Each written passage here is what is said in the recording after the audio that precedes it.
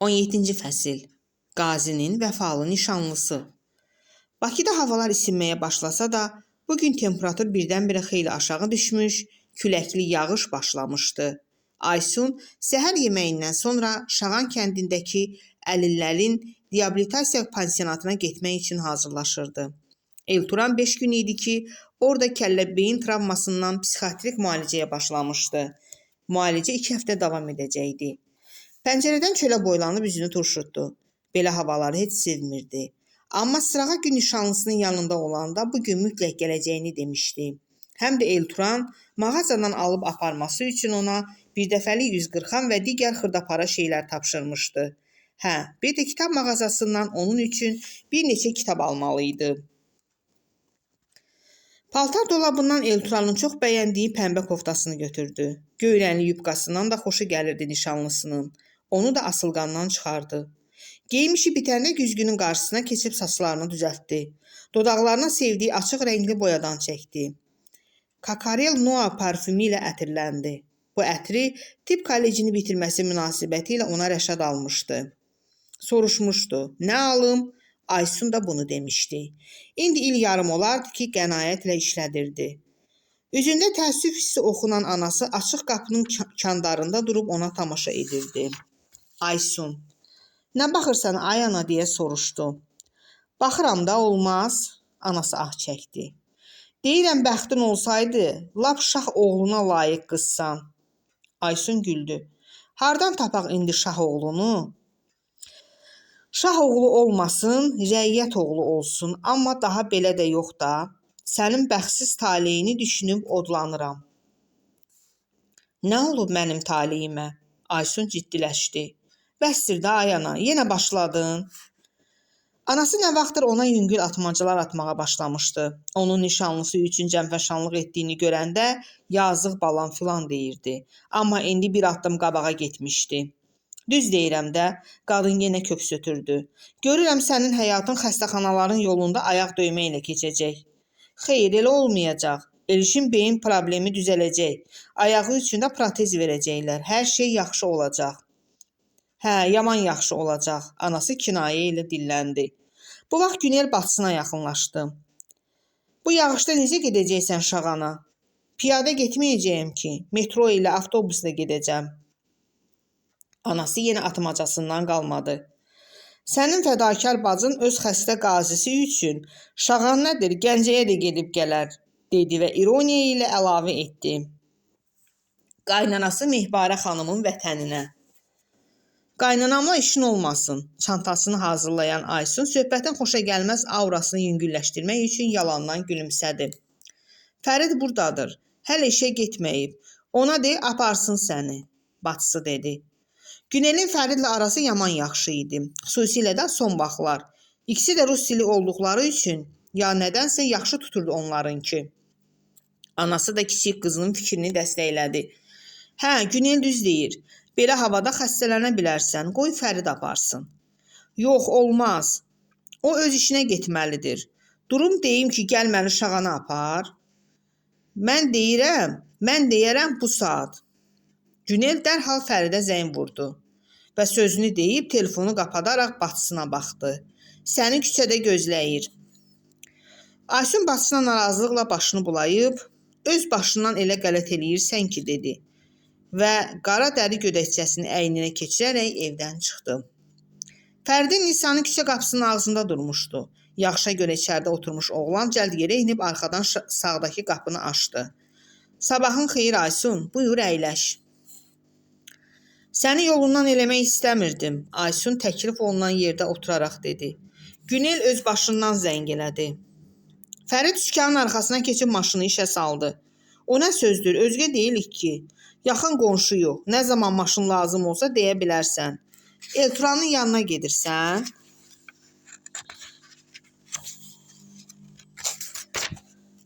Şağana gedirəm, amma tərəddüdlə əlavə etdi. Onun üçün yolüstü marketə və aptekə girməliyəm. Fərid, narahat olma, nə lazımdır alarıq, dedi və yola düşdülər. Fərid əslində pis oğlan deyildi. Dilli dilavər idi, zarafatı xoşlayırdı. İndiki oğlanların əksəriyyətindən fərqli olaraq qızlarla danışmağı, mədəni rəftar etməyi bacarırdı. Aysunun fikrincə yarı yaraşığı da normal idi. Ən azından ailə quracağı qız onunla birlikdə adam içinə çıxanda utanmazdı. Həmişə cəzbedici və səliqəli geyinməyi xoşlayırdı. Xüsusilə də hotel işlətməyə başlayandan sonra üst-başına ciddi fikir verirdi. Sənin bu ətrindən ötürü ölürəm də. Fərid bir anlıq arxaya baxıb dilləndi. Kakarel Noa? Hə, Aysun gülümsədi. Hələ çoxdan Şəhvələdin ailəsində Aysunu Fəridə almaq söhbəti olmuşdu. Qızın valideynləri də buna etiraz etmirdilər. Hətta Günel sevinirdi bu söhbətə. Fərid o vaxtlar da Aysunla mehriban idi, amma sevgisi barədə heç nə deməmişdi. Yalnız Elturanla aralarındakı sevgi hər kəsə məlum olanda, hələ nişan olmamış ürəyini ona açdı. Dedi ki, onu sevir və onunla evlənmək niyyətindədir. Bu oğlan qonşusu idi, Rəşadla dostluq edirdi. Elə ataları da, anaları da kifayət qədər yaxın idilər. Uşaqları da bu kiçik həyətdə keçmişdi. Deyib gülüb zarafatlaşmışdılar. Bunları nəzərə alan Aysun oğlanın qəlbini qırmaq istəmirdi və buna görə də mülayim cavab vermişdi. Farik, sən qonşumuzsan, Rəşadın dostusan. Bir böyük qardaşım kimi xətrini istəyirəm. Özün də yəqin anlamısan ki, Elturanı sevirəm. Səndən xahiş edirəm. Bir də mənə bu fikirlə yaxınlaşma ki, aramızdakı yaxınlıq həmişə davam etsin. Oğlan deyəsən onu anlamışdı. Daha bu söhbətə qayıtmadı. Nişanlının müalicəsi necə gedir? Sual Aysunu fikirdən ayırdı. Ayağını kəsik yeri tam sağalmaq üzrədir, deyə cavab verdi. İndi əsas problemi kəlləbeyin travmasıdır. Hə, Fərid başını buladı. Bildiyimə görə qazilərin 90%-ində belə travma var. Bəlkə də hamısında. Müharibədə o cür dəhşətlər görüblər. Olacaq da. Hə, elədir, müharibə ağır şeydir. Fərid dedi və maşını sağa çəkib saxladı. Supermarketin qarşısında idilər. Marketə girəndə oğlan onu tək buraxmayıb ardınca gəldi. Aysun nişanlısının tapşırdığı şeyləri tapıb götürdü. Zəmbilə biraz meyvə yığdı və kassalara yaxınlaşdılar. Fərid burada onun kəskin etirazına baxmayaraq alınmış malların pulunu ödədi və çıxdılar. Əslində Aysunun pulu az idi. Klinikadan alacağı növbəti maaşa qədər xərclərinə yetməyə bilərdi. Amma yenə də Fəridin pulu ödəməsi onu narahat etdi. Sonra aptekə baş çəkib Elturanın tapşırdığı mazı aldı və onun pulunu özü ödədi. Yolun yarım saatdan artıq keçən növbəti mərhələsində Fəriz öz işlərindən danışır, Aysun susub dinləyirdi. Oğlanın sözünə görə Atabala oteldə başqa daha bir obyekti onun nəzarətinə verilmiş. Aysun, daha da ki kişinin sağ əli olmusan da, deyərək güldü. Yox, onun etibarlı adamları çoxdur, Fərid cavab verdi. Mən hələ ki sol əlinin keçələ barmağı ola bilərəm. Gülüşdülər. Pasiyanatın qarşısındakı maşından enəndə Fərid dedi ki, onu burada gözləmək istəyir. Çünki içəri girib əlilləri görsə ürəyi xarab olacaq. Aysun razılaşdı və ondan ayrılaraq böyük həyətə daxil oldu. Yağış hələ kəsməmişdi. İslanmamaq üçün binaya girənə qədər qaçmalı oldu. Elturanın leytenant rütbəli qazi yoldaşı da palatada idi. Aysun içəri daxil olanda oturduğu çarpayısından qalxıb, xoş gəlmisən bacı deyərək çölə çıxdı. Emin adlı bu oğlanın əl-ayağı yerində idi. Amma o da Elturan kimi kəlləbeyin travmasından əziyyət çəkirdi. Elturan çarpayısında uzanmışdı. Onu görən kimi dikəlib oturdu. Aysun yaxınlaşıb nişanlısının hər iki yanağından öpdü. Gətirdiyi meyvəni dolaba, əşyaları çarpayının üstünə qoyaraq, özünü necə hiss edirsən deyə soruşdu.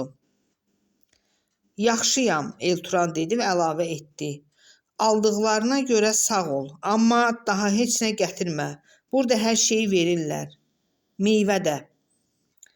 Yaxşı, daha gətirmərəm. Aysun digər çarpayda nişanlısı ilə üzbəyiz əyləşdi. Mənim üçün darıxmadın ki? Darıxdım.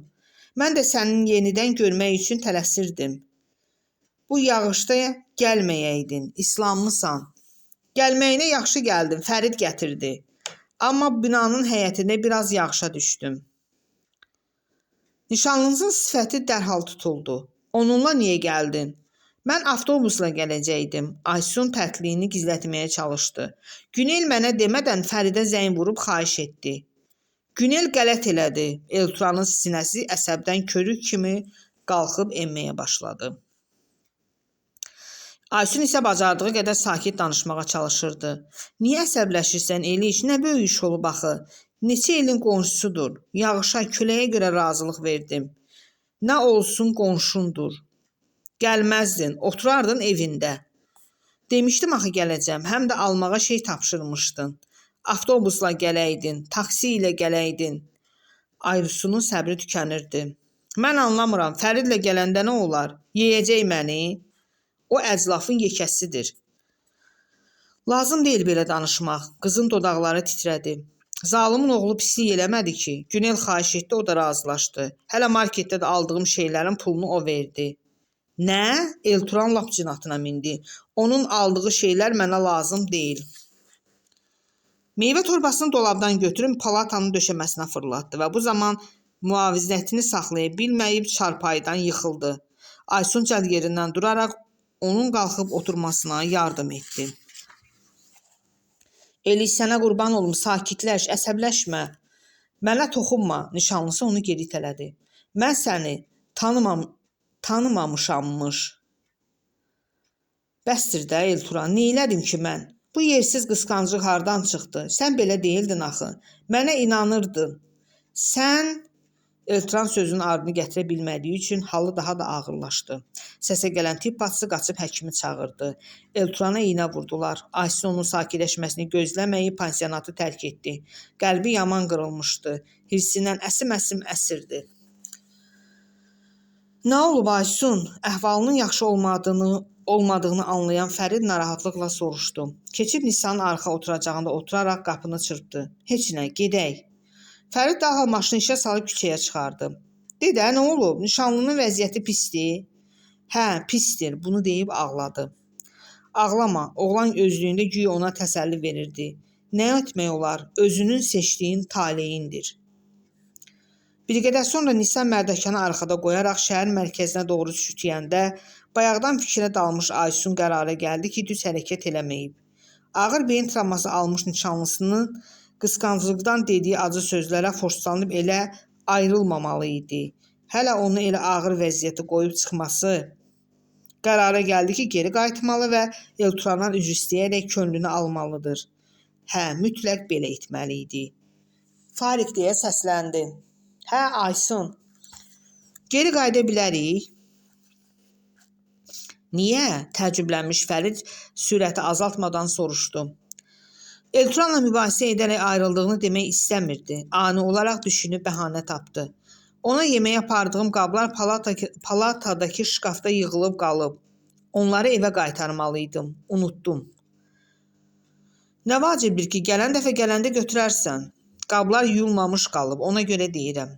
Boş ver, Elturan oranın işçilərinə desə yuyub verəcəklər. Gedək səni məhəllədə düşürüm, mən də işə getməliyəm. Aha, yaxşı. Gəlin məhəlləyə çatanda Fərid bir daha xatırlatdı ki, nə zaman maşın lazım olsa çəkinmədən desin. Aysun təşəkkür edərək ondan ayrıldı.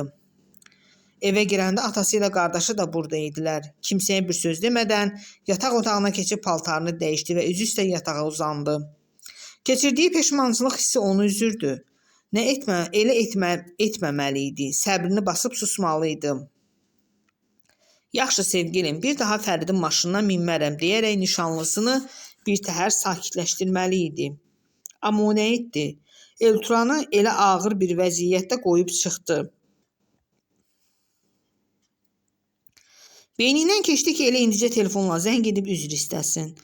Ancaq buna cəsarəti çatmadı. İndi yəqin həkimlər Elturanı sakitləşdirmişdilər. Onun telefon zəngi halını yenidən pisləşdirə bilərdi. Anası ilə bacısı otağa girdilər. Aysun, sənə nə olub? Anası canyananlıqla dilləndi. Üzü üstə uzanmış vəziyyətdə susub cavab vermədi. Nişanlın necədir? Bacışqa? Bacısının səsində cüzi də olsa ironiya vardı və Aysun bundan əsəbləşərək yerində çevrildi. Sən də bir də mənim şəxsi işimə qarışsan, saçını yolacam dedi. Səhər mən Fəridlə getməyə razılıq verdim ki, sən ona zəng vurdun. Niyə öz başına iş tutursan? İndi nə oldu ki? Günel pərt oldu. O oldu ki, Elturan bu halında onunla dalaşdıq. Aysun bunu deyib yenidən üzü üstə çevrildi və yastığı qucaqlayaraq hıçqırdı.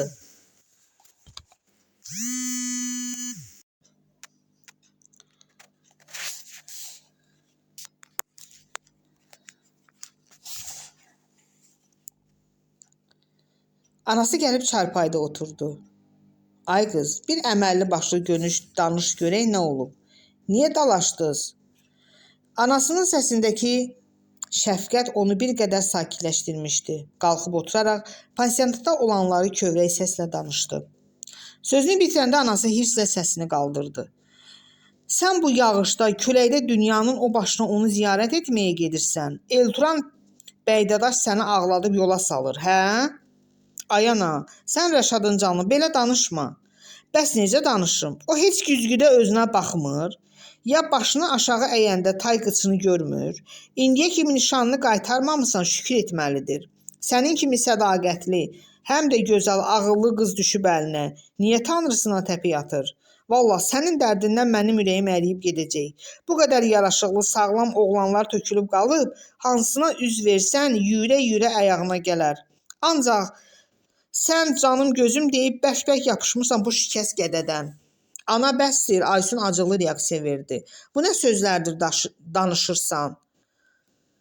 O qazidir, ayağını da avaraçılıq eləyəndə itirməyi, müharibədə olub elə. Bir də ki, neçə dəfə demişəm, mən onun ayağını yox, qəlbini sevirdim. Ayağa çarə tapılar, protez taxacaq. Alışandan sonra heç bilinməyəcək əlil olduğu. Ay saf balam, ay avam balam. Anası əlini öz dizinə çırpdı. Hələ uşaqsan, ağlın uşaq ağlıdır. Protezlə iş düzəlsəydi nə vardı ki? Bəs onun beyin travması necə olacaq? Evlənəndən sonra hər xırda şeyin üstündə kəkələyə-kəkələyə səni asılayacaq, söyəcək. Başı xarabdır da, xarabdır. Gününü qara eləyəcək sənin, həyatını zəhərə döndərəcək. Aysun başını aşağı dikib bir xeyli susandan sonra yalnız bunu deyə bildi. Mən Elturanı sevirəm. Aysun, anası hövsələsiz halda bağırdı. Bayaqdan bir dünya söz danışmışam burada, sən yenə heç nə anlamırsan. Deyirəm o gedə sənin bütün həyatını zəhərə döndərəcək. Sən yenə sevgidən danışırsan. İçindəki sevgini boğmalısan qızım. Allah sənə bir ömür verib. Bu ömrü qocalana qədər insan kimi yaşamaq istəyirsənsə, əl çəkməlisən sevgindən. Səsə gələn atası və Rəşad nə baş verdiyi ilə maraqlandılar. Günel hər şeyi onlara danışdı. Atası hirsləndi. İnsan necə nankör, necə qudurğan olarmış. Sən bunun ədasına bax. Normal yeriyə bilmir, normal danışa bilmir. Ona qayğı göstərənə dilini şirin eləyib minnətdar olmaqdansa təpi yatır. Üzünü Aysun'a tutdu.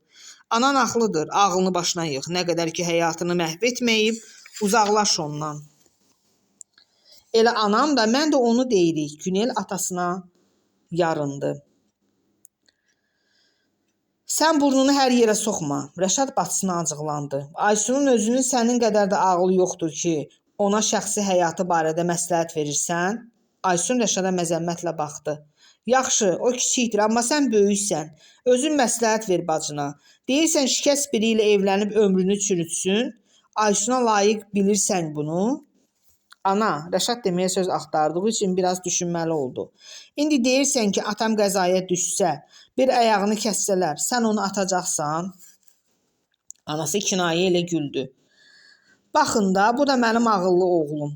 Ay bala, mən atamla çoxdan evlənmişəm. Bundan sonra şikəst olsa da atmaram. Bacın isə hələ sadəcə nişanlıdır və burada söhbət ondan gedir ki, gözü görə-görə həm ayaqları, həm də ağıldan şikəst olan biri ilə ailə qurmasın. Nəysə, Rəşad əlini yellədi. Aysunun üstünə getməyin. Qoy öz həyatını özü müəyyən eləsin. Bilirəm, sən niyə Elturanın tərəfini vermirsən? Günel birdən çımxırdı. Onun o xəstə bacısını istəyirsən, ona görə. Sən səsini kəs. Rəşad bacısına barmaq silkələdi. Yaxşı bəsdir, atası mübahisəyə son qoydu. Gəlin çıxaq, Aysun dincəlsin. Mənim qızım hamımızdan ağıllıdır. Özü də biraz düşünsə, anlayacaq düz yolda olmadığını. Gəlin çıxın. Aysun'u tək qoyub otağı tərk etdilər. O isə atasının dediyi kimi düşünmək istəmirdi. Elturanı atmayacaqdı. Vəssalam. Ertəsi gün iş yoldaşlarına yaxşı bir psixiatr axtardığını dedi. Məqsədi nişanlısı ilə necə davranmaq barədə məsləhət almaq idi. Yoldaşları ona şəhər xəstəxanalarının birində işləyən Ləman xanımı məsləhət gördülər. Elə o gün də qəbula yazılaraq həmin xəstəxanaya getdi. Kabinetində üzbəyüz əyləşdiyi gənc psixiatr xanım ilk baxışdan xoşuna gəlmişdi və Elturanla münasibətləri barədə nəyisə gizlətmədən hər şeyi anlatmaq qərarına gəldi. Ləman xanım onu axıra kimi səbirlə dinləyib gülümsədi. Nişanlınızı tanıyıram. Hospitalda müalicə alarkən intihar edəcəyindən narahat olub məni dəvət etmişdilər. Elturanla bir terapiya seansı apardım. Anladım ki, intihara meyilli deyil, yoxsa yatızdıracaqdım. Sonra da seanslar davam edəcəkdi. Nişanlınız möhkəm xarakterli biridir. Ağlı başında, bilikli, dərrakəli insandır. Yalnız müharibədə partlayışdan aldığı kəllə-beyin travmasından əziyyət çəkir. Kəkələməsi də yalnız ondandır. Müalicə olunub əvvəlki halına qayıda bilərmi? Aysun soruşdu və psixiatrın cavabını qorxu ilə gözləməyə başladı. Qayıda bilər, amma bu uzun və ağır proses olacaq. Yəni həm həkim nəzarətində müalicə almalıdır, həm də yaxınlarının üzərinə böyük vəzifə düşür. Sizin qəbulunuza elə buna görə gəlmişəm, Ləman xanım. Şəxsən mən nə etməliyəm ki, nişanlım tez sağalsın, əsəbləri qaydasına düşsün? Həkim biraz fikrə gedəndən sonra dilləndi. Sözlərinizdən belə anladım ki, hazırda əsas probleminiz nişanlınızın sizi yersiz və qədərindən artıq qısqanmasıdır. Bu problemdə ən önəmli məsələ sevgidir. Elturan onu sevdiyinizi və hər an hiss etməlidir. Bir də onun fiziki qüsuru ilə bağlı özünü başqalarından əski hesab edə biləcəyini unutmayın. Çalışın ona acıdığınızı əsla duymasın. Əksinə, başqalarından üstün olması fikrini ona aşılamaq lazımdır ki, yersiz qısqanclıqlar göstərməsin. Onun başqalarından üstünlüyü nə ola bilər? Gözəl xasiyyəti, insani keyfiyyətləri. Elturana anlatmalısınız ki, onu bu özəlliklərinə görə sevirsiniz. Ən əsası isə onun qəhrəmanlığıdır. Anlamalıdır ki, onu bir qəhrəman qazi kimi hamıdan üstün tutursunuz. Onunla fəxr edirsiniz və deməli, onu əsla kimsəyə dəyişməzsiniz. Ləman xanım sonra daha bir neçə konkret məsləhət verdi. Aysun ona təşəkkür edərək evlərinə qayıtdı və o gün özünə söz verdi ki, Elturanın sağalıb normal həyata qayıtması üçün bütün gücü ilə mübarizə aparacaq. 18-ci fəsil. Saxta sevgilər, saxta şoular. Nişanlısının qəlbini qırıb yora saldığı və özünün də halının ağırlaşdığı o hadisədən 2 gün sonra Aysun yenə ona baş çəkməyə gəldi. Bu 2 gündə telefonla da danışmamışdılar. Palata yoldaşı yenə onları baş-başa qoyub çıxmışdı. Otaqda yalnız ikisi idi. Elturan qızdan necə üzr istəyəcəyini, könlünü necə alacağını düşünürdü. Aysun onu qabaqladı. Sırağa-günkü hərəkətimə görə üzr istəyirəm, Eliş. Özüm də bilmirəm necə oldu çıxıb getdim. Çox günahkaram. Elə demə, Elturan kövrəldi. Amma nə olar, sən də məni yersiz yerə qısqanma. Qız sözünə davam etdi. Mən səni heç kimsəyə dəyişmərəm. Sən mənim başımın tacısan. O Fərid nə qeyrətdə, nə insanlıqda, nə kişilikdə dırnağın belə ola bilməz. Amma nə var? Mənə 1 saat sürücülük etdi, deyə məni ona qısqandın. Bağışla, Elturanın dərdləri elə ağır idi ki, bir tank da çəkib apara bilməzdi. Sırağa gün Aysun onun yanından küsüb gedəndən bir neçə saat sonra Nəzrin zəng vurub Ülvinin gəldiyini xəbər verdi. Qardaşı pulsuzluqdan təhsilini davam etdirə bilmədiyi üçün yığışıb Bakıya qayıtmışdı. Həm də belə çıxırdı ki, böyük qardaşından inci yemiş. Yoxsa ona baş çəkməyə gəlməsə də, heç olmasa telefonla bir kəlmə də danışardı. Ay-baya, günbəgün əməliyyat olunacağını gözləyən bacısının hələ də azacıq ümidi vardı ki, qardaşı onun ölümündən qurtaracaq. Bu yandan da anasının xəstəliyi. O isə işsiz-gücsüz qalmışdı. Üstəlik, əlillik pensiyasını da yubadırdılar. O gün ona baş çəkməyə gələn Rəşaddan 50 manat borc aldı ki, əl atanda cibində pulu olsun. Rəşad ona deyirdi ki, sən öz haqqını tələb etmirsən, get pensiyanı tələb et, ev istə, iş istə. Ancaq Elturan belə şeyləri sevmirdi. Yəni kiminsə qapısını döyüb özü üçün nəsə istəməyi bacarmazdı. Ümid edirdi ki, böyük kürsülərdə oturub dövlətdən bu işlər üçün maaş alan məmurlar özləri onunla maraqlanacaqlar. Onun pensiyasını düzəldəcək, uyğun işlə təmin edəcək, ev verməsələr də ən azından tualet məsələsinə əncam çəkəcəklər. Bütün bunlar səbr və inamla gözləyirdi. Və ürəyi bütün bu dərdlərə yalnız ona görə dözürdü ki, həyatında Aysun vardı. Yalnız gözəl nişanlısının varlığı ona yaşamaq həvəsi verib, güclü qalmasını sağlayırdı. Yox, sən məni bağışla. Aysun onun əlini tutub sığalladı. Mən qəhrəman nişanlımın sözlərindən xoşlanıb getməməli idim. Qələt elədim. Belə danışma. Nişanlısının tüt sarışın və olduqca hamar saçlarına sığal çəkərək üzündən öpdü. Barışdıq? Aysun şıltaq bir ahənglə soruşdu. Barışdıq.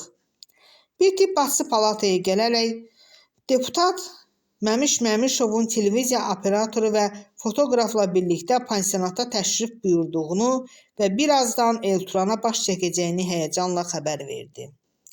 Qız axırda bunu da bildirdi ki, cənab Məmişov baş həkimin kabinetində pansionatda müalicə alan qazilərlə maraqlanaraq ziyarət üçün təkcə onu seçib. Bax, görürsən, o boyda deputat özü səni ziyarətə gəlib. Mənim qəhrəmanım. Tibb bacısı xəbər verib çıxan kimi Aysun sevincəyi dilləndi. Elturan kinayə ilə gülümsədi. 4 gün əvvəl də tanınmış müğənni xanım gəlmişdi bu palataya. Prodüseri Can Günədi və bir də fotoqrafla. Gəlib çarpayda Elturanın yanında oturdu. Bir qolunu onun boynuna salaraq fotolarını çəkdirdi və çıxıb getdi. Hələ foto çəkiləndə prodüser içinə 2 kilograma kimi banan yığılmış market torbasını gətirib Elturanın yeganə dizinin üstünə qoydu və dedi ki, bir əlinlə bunu tut. Hörmətli sənətkarımız şəxsən sizin üçün alıb. Bu müğənninin xoşuna gəlmədi. Banan torbası kəsilmiş ayaq hissəsinin fotoya aydın düşməsinə mane olacaqdı. Elturandan xahiş etdi ki, torbanı yanına qoyaraq bir əli ilə tutsun. Qapı açıldı. Bir dəstə adam palataya daxil oldu. Aralarında kameraman və fotoqraf da vardı. Ən qabaqda gələn Məmişov idi. Elturan onu dəfələrlə televiziyada görmüşdü. İri gövdəli, tosqun deputat ona doğru gələndə Elturan yorulduğu üçün çarpayda uzanmışdı. Qalxmağa cəhd etdi, amma Məmişov çiynindən basaraq ona mane oldu. Əziyyət çəkmə oğlum, uzan dedi. Biz sənin kimi igid oğullarımızla fəxr edirik. Siz qazilərə hər cür qayğı göstərmək bizim borcumuzdur. Sonra onun kəsik ayağına nəzər yetirib nədənsə lap yaxşı, əla dedi və üzünü televiziya rejissoruna tutaraq necə çəkəcəyik deyə soruşdu. Rejissor dərhal izahat verməyə başladı. Məmiş müəllim, yaxşı olar ki, siz dəhlizə çıxasınız. Biz burada çəkilişə başlayıb qazimizi çəkək və siz qapını açıb içəri girin. Qazimiz uzansın, siz içəri girəndə qalxmağa çalışın və siz indicə etdiyiniz kimi onun qalxmağa qoymayın və sözünüzü deyin. Aha, yaxşı, deputat bunu deyib, köməkçisi və cangüdənləri ilə birlikdə dəhlizə çıxdı. Aysun ikinci çarpayda oturmuşdu. Gəlib adyalı Elturanın üstünə çəkdi. Əli ilə saçlarını düzəldib yenidən öz yerinə qayıtdı. Çəkiliş başladı. Kamera qapıya tuşlanmışdı. Rejissorun işarəsi ilə qapı açıldı. Məmişov içəri daxil olub birbaş Elturana tərəf gəldi. Burada birdən dayanıb rejissora narazılığını bildirdi. Adyal nəyə lazım idi? Bunu götürün. Əlilliyi görünsün. Rejissor adyalı götürüb ikinci çarpayıya atdı. Durumdan xoşlanmayan Elturanın halı pisləşməyə başlamışdı. Aysun bunu dərhal anladı və gəlib ona həmişə çantasında gəzdirdiyi sakitləşdirici həbdən içirdi. Məmişov təkrar palataya daxil olanda Elturan rejissorun işarəsi ilə yerində dikəlməyə çalışdı. Amma deputat ona mane olaraq biraz əvvəl dediyi sözləri olduğu kimi təkrarladı və axırda bunu əlavə etdi. İndi köməkçim sizdən arzu və istəklərinizi soruşub qeyd edəcək və mən onların hamısını bir-bir həll edəcəm. Xahiş edirəm, problemlərinizin hamısını köməkçimə bildirin.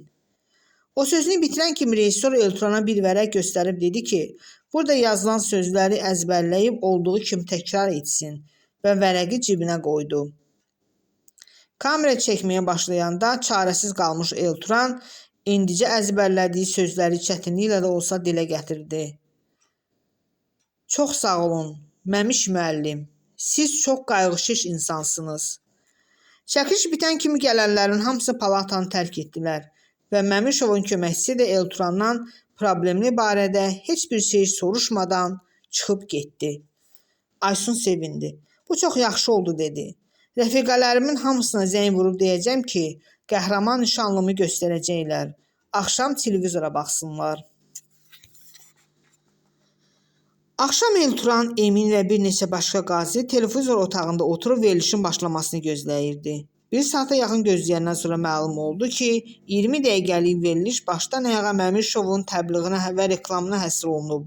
Onu da göstərirlər. İlk dəfə idi ki, öz danışığını kənardan dinləyirdi və kəkələməsi ona çox pis təsir etdi. Ertəsi gün palatadakı yatağında uzandığı halda ona radio kanallarının birindən zəng gəldi. Danışan gənc qız səsi idi. Salam Eltran bəy, sizi müharibədə şücaətlər göstərmiş qəhrəman qazi kimi narahat edirik. Bir neçə sualımıza cavab verə bilərsinizmi? Mən danışa bilmirəm axı dedi. Eybi yox, bizə belə də xoşdur. Heç olmasa bir-iki kəlmə deyərdiniz. Yaxşı. Eltran bəy, qazi intiharları çoxalır. Bir qazi kimi bu barədə nə deyə bilərsiniz? Bu çox pisdir. Sizcə nə etməliyik ki, belə hallar bir daha baş verməsin? Qazilərimizlə bağlı nə kimi işlər görməliyik? Onları sevməliyik. Yaxşı, bu qədər bəsdir. Sizin tezliklə sağalmağınızı arzu edirəm. Allah sizi qorusun. Daha iki gün sonra yenidən televiziyadan gəldilər. Amma bunlar başqa kanaldan idilər.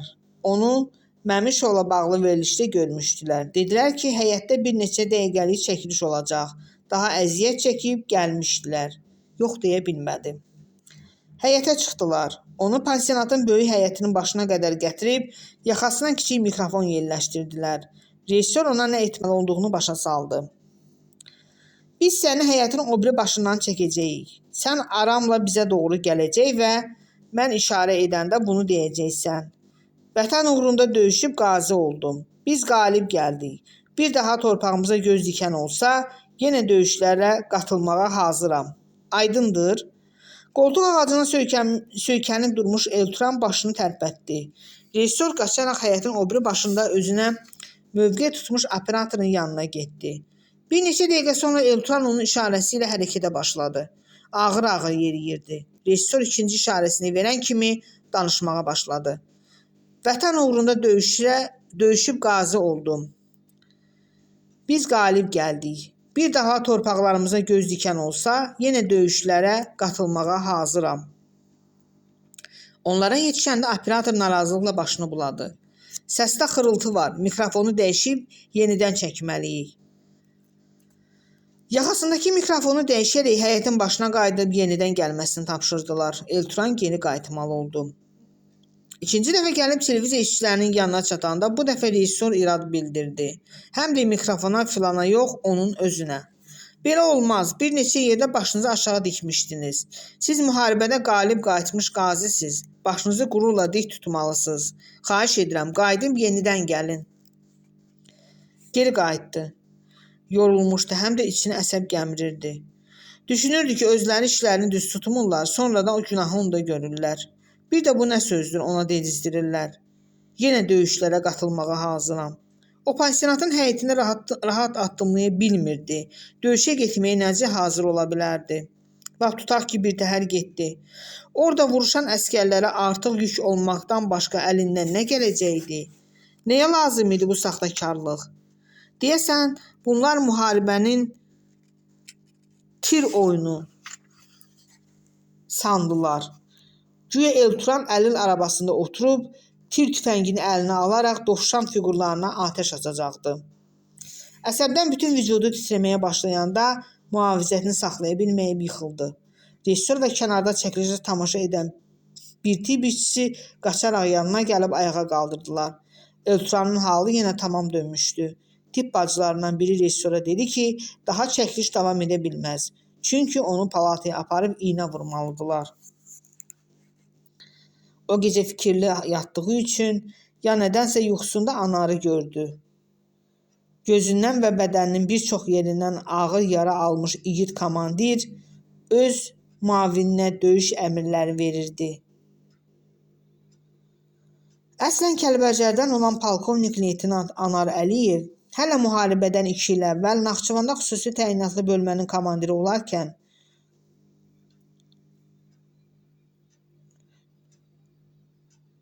Cünüd əməliyyatında fəal iştirak etmiş, düşmən əlində olan bir neçə yüksəkliyin alınmasında misilsiz şücaət göstəribmiş. Elturanla Mahir Asif Azayevin ölümündən və taborunun dağılmasından sonra Xocavənd tərəfə göndərilmişdilər. Burada xüsusi təyinatların komandiri Anar Əliyev olduqca çətin döyüş əmri almışdı.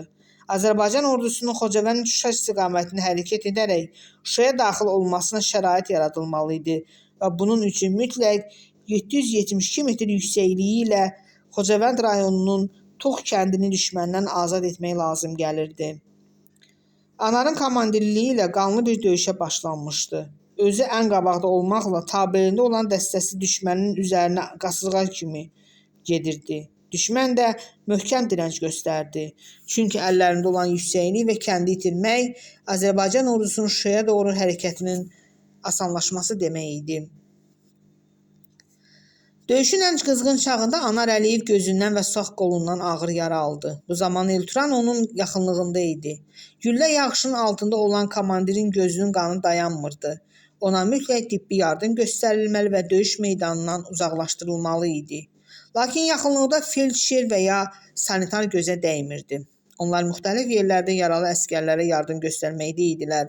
Elturanın da mövqeyi elə idi ki, düşmənin atəşi önündən keçərək Anar Əliyevə yaxınlaşması qeyri-mümkün görünürdü. Belə bir vaxtda Qazaxlı həkim leytenant Adil Əfəndiyevi görüb komandirin vurulmasını ona bildirdi. Adil bir an belə düşünmədən güllə yağışının önünə atılaraq özünü polkovnik leytenanta yetirdi və gözünə iynə vurub sarımaqla qan axmanı kəsdi. Yaralı komandir döyüş meydanından çəkilmək əvəzinə ayağa qalxıb inadla yenidən düşmənin üzərinə getdi. Onun bu qəhrəmanlığı əskərlərini biraz da ruhlandırdı və nərə çəkib irəli atılmaqda erməni dəstəsini geri oturtdular. Az keçmiş ürəyindən vurulan Adil həkim elə orada şəhid oldu. Bir neçə saat sonra Anar Əliyevin dəstəsi xeyli irəliləyib bir yüksəkliyi alsa da, növbəti mövqelər uğrunda qanlı döyüş davam edirdi. Ətrafı zəhər kimi acı tüstü bürümüş, güllə səsləri, nalə və qışqırıq səslərinə qarışmışdı.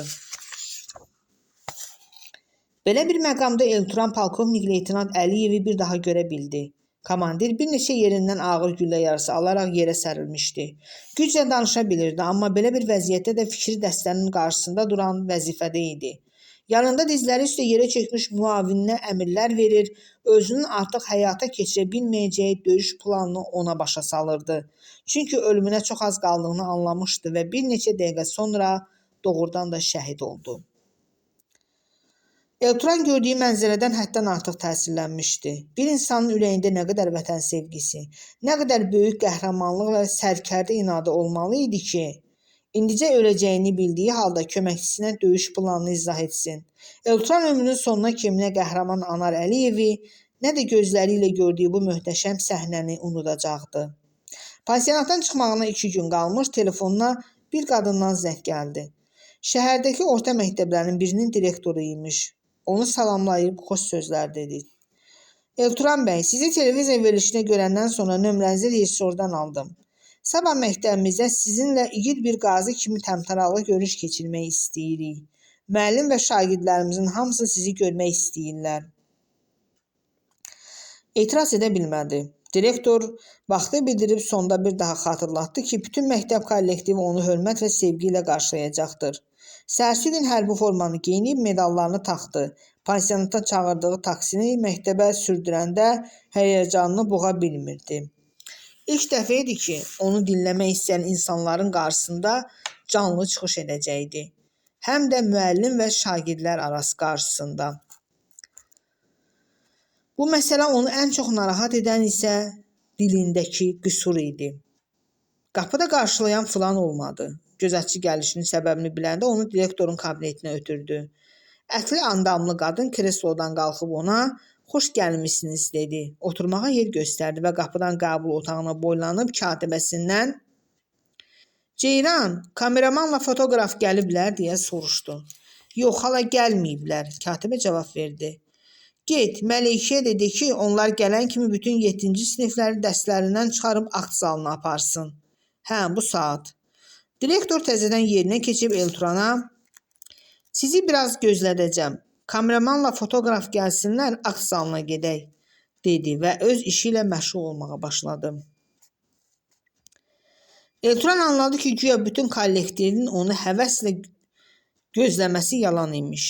Elə olsaydı, direktor akt zalında uşaqlarla doldurmaq üçün təsadüfi seçimdən istifadə etməzdi.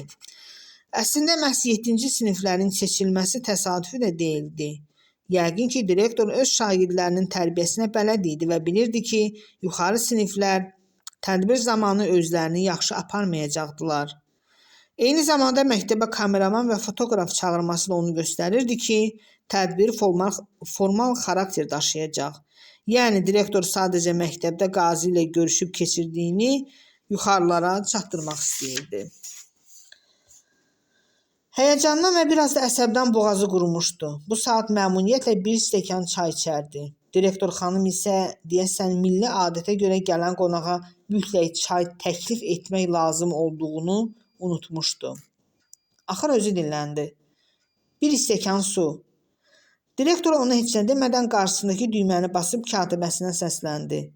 Ay qız, qazimiz üçün bir stəkan su gətir.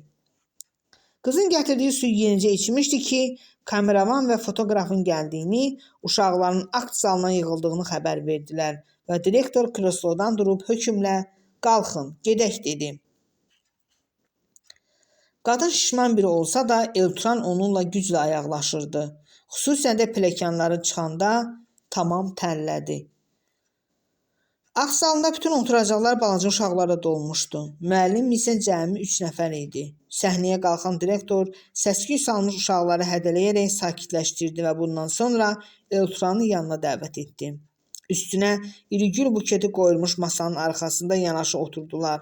Solmaq üzrə olan gül buketini yəqin ki, hansısa valideyn direktor üçün gətirmişdi və o da Elturana verəcəkdi. Direktorun sinifdən xaric işlər üzrə müavini zalda oturduğu yerdən qalxıb səhnəyə gəldi. Şagirdlərə 44 günlük vətən müharibəsi barədə danışmağa başlayanda Elturana aydın oldu ki, bu qadının müharibə haqqında heç bir anlayışı yoxdur və boğazından yuxarı ümumi sözlər danışır. Nəhayət o çıxışını bitirdi və direktor sözü Elturana verdi. Nə danışacağını bilmirdi. Dəvəti qəbul edib gəldiyinə peşman olmuşdu. Amma başqa çarəsi də yox idi. Danışmalı idi. Bütün gücünü toplayıb sözə başladı. Əziz uşaqlar, bildiyiniz kimi bizim torpaqlarımız 30 ilə yaxın uşaqların bir çoxu gülüşməyə başladı. Açıq gülənlər də vardı. Gülüşünü bir yolla gizlətməyə çalışanlar da. Elturan yaman pərt olmuşdu. Bütün bədəni tər içində idi. Ən pisi isə əsəbləşməyə başlayırdı. Əgər burada da beyni pozulsaydı, biabırçılıq ola bilərdi. Direktor sanki bunu anlayıb, niyə gülürsünüz it uşağı, qulaq asın, qarşınızdakı bu adam müharibənin canlı şahididir, qazidir, deyə uşaqlara bağırdı və ayağa qalxıb özü müharibədən, vətənpərvərlikdən danışmağa başladı. Danışdıqca hərdən əli ilə Elturanı göstərir, onu qəhrəman kimi tərifləyirdi. Sonra müharibə mövzusunu bitirib təlim-tərbiyə məsələlərinə keçdi və nəhayət uzun çıxışına son verərək masanın üstündəki gül buketini əlinə götürüb, bu gül dəstəsini məktəb kollektivimiz adından sevimli qazimiz Elturan bəyə hədiyyə edirəm deyib, fotoqrafa göz ağardaraq buketi Elturana uzatdı. Hörmət naminə ayağa qalxıb bir əlini masaya dirəyərək digər əli ilə gülü almağa çalışdı. Amma direktor fotoqrafın onları dəfələrlə çəkməsi üçün onu əlindən vermirdi. Nəhayət gül buketini Elturana verərək tədbiri bağlı elan etdi. Müavin gəlib buketi ondan aldı ki, qoltuq ağaclarını rahat istifadə edə bilsin. Birlikdə aşağı indilər. Direktor girişdəki foyedə yenidən onunla şəkil çəkdirdi və sonra taksi çağırıb gül buketi ilə birlikdə yola saldı. Pansionatın önündə taksidən enəndə buketi götürmədi. Sürücüyə dedi ki, istəyirsə evinə aparsın, istəmirsə yolda zibil qutusuna tullasın. Həmin gün Elturan bir daha çəkilişlərə qatılmayacağı və belə görüşlərə getməyəcəyi barədə özünə qəti söz verdi. 19-cu fəsil. Soyuq üzlər, bağlı qapılar. Taksi həyət qapısının önündə dayananda Aysun qoltuq ağaclarını götürüb maşının salonundan çıxdı. Sürücü köməyə yetişib yerə enməsi üçün ona yardım etdi. Aysunla birlikdə həyətə daxil oldular. Anası onu burada gözləyirdi. Pakizə ilə Zara da həyətdə idilər. Zara'nın evinin kandarında dayanıb söhbət edirdilər. Anası qabağa gəlib onu qucaqladı. Xoş gəlmisən dedi. Sonra gəlincək gəlininin üzündən öpdü. Xoş gəlmisən Qazi qardaş. Zara elə öz evinin qapısından ona səsləndi. Maşallah, daha məşhurlaşmısan, televiziyaya zada çıxırsan. Elturan ona gülümsəmə ilə cavab verəndə, Pakizə konkret kiməsə müraciət etmədən ucadan səsləndi. Vallahi halal olsun Nahidənin bu qızına. Mən ömrümdə belə vəfalı qız görmədim. Bax, sədaqət. Halal süd əmmək belə vaxtda məlum olur. Başqası olsaydı, bircə şikəstim əsikdir deyib çoxdan atmışdı nişanlısını. 1000 dəfə halal olsun. Yox ay Pakizə xala, Aysun elə qızlardan deyil. Zara da onun sözünə qüvvət verdi. Anası Elturanın tutulduğunu hiss edib, Pakizəyə qanlı nəzərlərlə baxdı və sonra üzünü evə tutaraq uşaqlarını səslədi. Ülvi, Nəzrin, qardaşınız gəldi. Nəzrin qapıda göründü. Pilləkənlə enib qardaşını həvəssiz qucaqladı. Ülvidən isə səs çıxmırdı. Elturan qardaşı üçün çox darıxmışdı. Onu tez görmək istəyirdi. Amma belə çıxırdı ki, Ülvi və elə Nəzrinin özü də ondan kifayət qədər incikdilər. Aysun burada onlardan ayrıldı. Evlərində işi varmış. O gedəndən sonra Elturan anasının köməyi ilə evə qalxdı. Ülvi otağın ortasında fikirli halda dayanmışdı. Onu görən kimi ilk növbədə kəsilmiş ayağına baxdı və Elturan qəhərlənmiş qardaşının ona acıdığını hiss edib fəryad qoparmaq istədi. Ülvi qabağa gəlib ona sarılaraq ağlayanda isə dünya aləm başına fırlandı. Danışa da bilmirdi ki, qardaşına nəsə desin. Yaxşı ki, anası köməyə gəldi. Ülviyə bəsdir, ağlamayıb bəxtikən bala. Qoy qardaşın divanda uzansın deyərək onu kənara çəkdi. Ülvi onu buraxıb dərhal arxa otağa keçdi. Elturan dayanıb onun arxasınca təəssüf və peşmanlıq hissi ilə baxırdı. Anası qoluna toxunanda fikirdən ayrılıb divanda oturaraq su istədi. Suyu alıb içəndə Nəzrin yarı kinayəli tonda bu iki həftəlik müalicənin bir xeyri oldu deyə soruşdu. Elturan onun kinayəsini görməzdən gəldi. Hə, indi yaxşıyam. Necə yaxşısan ki, dilin düzəlməyib hələ. Nəzrin, anası qızına acıqlandı. Nədir, düz deyirəm də, qız fınxırıb o bir otağa yollandı. Elturan qardaşın könlünü almaq üçün onu səslədi. Ülvi gəlib sakitcə qarşısında dayananda, məni bağışla dedi, sözümün üstündə dura bilmədim. Qardaşı bir qədər susandan sonra mızıldandı. Bağışladım ya bağışlamadım, bundan sonra nə fərqi var? Məktəb əlimdən çıxdı. Əvvəldən desəydin ki, səni Türkiyədə oxuda bilməyəcəm, işimi bilib buradakı universitetlərə sənəd verərdim. Mən hardan biləydim belə olacağını? Müharibənin nə olduğunu bilmirdin? Niyə gedib adını yazdırdın? Axı sən hərbiçi deyildin. Güya sən getməsəydin Azərbaycan məğlub olacaqdı. Elturan əvvəl istədi ki, qardaşının haqsız olduğunu sübut etsin. Desin ki, böyük oğlansan, mənə arxayın olmaqdansa, Ankarada tələbələrə burs verən xeyriyyəçi axtarıb tapaydın, olmasa fəhlə işləyəydin. İstədi, Məryəmin oxumaq üçün hansı çətinliklərdən keçdiyini danışıb qardaşına nümunə göstərsin. Amma bu halda uzun danışmaq onun üçün mümkünsüz idi. Səbrini basmaq üçün bütün gücünü sərf edərək "Mən getməyə bilməzdim" dedi. "Niyə axı? Niyə?" Ülvi ağlamsınaraq səsini qaldırdı. "Səni nə məcbur edirdi?" Düşündü ki, orta məktəbi bitirmiş biri onun müharibəyə könüllü getməsi səbəbini anlamırsa, bundan sonra ona nəsə izah etməyə, başa salmağa dəyməz. Amma yenə də sözünü demək istədi. Vətənə sevgim, vicdanım, qeyrətim. Vətəni Rəşad da sevir. Bax, o boyda maşınını satıb müharibə üçün fonda köçürübmüş. Vətən əzizdir. Amma sənin canın daha da əzizdir axı.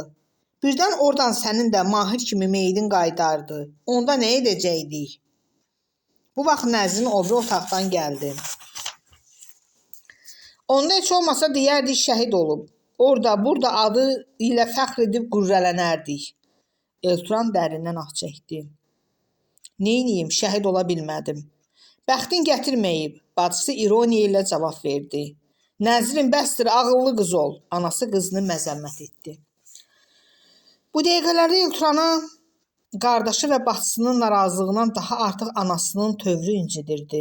Düzdür, anası uşaqlara tərəf çımxırdı, amma kəskin etiraz da etmirdi. Başqa vaxt olsaydı onlara təpinib yerlərində otuzdurardı. Belə çıxırdı ki, qadın özü də düşdüyü bu durumdan bezmək üzrədir. Dərddən bağrı çatlayır, bu çarəsiz halında üzünü dünyanın ən aciz adamı sayırdı. Ağlamaq istəyirdi. O biri gün səhər özünü təraş edib saçlarını daradı. Hərbi paltarını geyinib medallarını sinəsinə taxdı. Axşam qərara gəlmişdi ki, qürur göstərdiyi yetər. Evdə oturmaqla kimsə gəlib onun problemlərini həll etməyəcək. Gedib haqqı olan əlillik pensiyasını tələb etmək, iş axtarmaq istəyirdi. Hara getdiyini kimsəyə demədən küçəyə çıxıb telefonla taksi sifariş verdi. İlk olaraq müharibədən əvvəl 3 aya yaxın menecer işlədiyi şirkətə baş çəkəcəkdi. Ürəyində onu xoş qarşılayıb işlə təmin edəcəkləri xüsusunda bir inamı vardı. Yaşlı sürücü müştərisinin qazi olduğunu görən kimi çıxıb onun arxa oturacaqda oturmasına yardım etdi və yola düşəndə söhbətə başladı. O gün 20 yanvarda yolla boş gedirəm. Gördüm səkidə sənin kimi bir ayağını itirmiş qazi dayanıb maşınları əl eləyir. Heç biri də götürmür bunu. Yanından ötüb keçirlər. Saxladım, oturmağına kömək elədim. Soruşdum, hara gedirsən? Dedi, Sumqayıta. Aparıb Sumqayıta düz istədiyi yerdə düşürdüm. Pul götürmədim. Gedib bizim üçün vuruşub, ayağını qoyub gəlib, biz onun üçün yarım saat vaxtımızdan, 5-10 manat pulumuzdan keçməməliyik. Vallah, insanlıq deyilən şey qalmayıb çoxlarında. Şirkətin qarşısına kişi yenə onun maşından enməsinə yardım göstərdi. Nə qədər təkid etsə də pul götürmədən çıxıb getdi.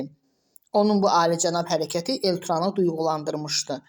Şirkətin sahibi onu qəbul otağında bir qədər gözlədəndən sonra kabinetinə çağırıb nə istədiyini soruşdu. Elturan dedi ki, kifayət qədər müalicə alıb. Hazırda vəziyyəti normaldır və öz menecerliyi işinə qayıtmaq arzusundadır. 35 yaşlarında saçını kişi sayağı vurdurmuş qadın ona oturmağa yer belə göstərmədən bir neçə an laqeyd baxışlarla süzüb dilləndi.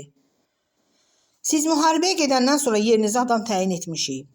Amma etməsəydik də sizi o işə qaytara bilməzdim. Yəni düşünürsünüz ki, burada menecer işləyə bilərsiniz? Bəli, işləyə bilərəm, Elturan cavab verdi. Yox əzizim, işləyə bilməzsiniz. Ayağınız belə, dilinizdə qüsur var. Yəqin müharibədə beyin travması almışsınız. Sizə işə etibar edə bilmərik. Burada görünməyiniz şirkətin imicinə zərər verə bilər. Menecerin qazi olması imicinizə zərərdir. Bəli, zərərdir, deyə qadın hövsələsizlik göstərdi. Müştərilər şirkət əməkdaşlarının xarici görünüşündən zövq almalıdır. Buna görə işçi götürərkən gənc, gözəl qızlara və yaraşıqlı oğlanlara üstünlük veririk. Sizi və dostunuz Mahiri də bilik səviyyənizlə bərabər bu özəlliyinizə görə işə almışdıq. Onda mənə başqa iş verin, çarəsiz dilləndi. Nə iş? Nə olsa. Sizə uyğun heç bir işimiz yoxdur. Söhbət uzatmağın heç bir mənası olmadığını anlayan Elturan dönüb sakitcə kabineti tərk etdi. Şirkətdən çıxan kimi telefonla taksi sifariş verdi. Növbəti gedəcəyi yer dövlət idarəsi idi.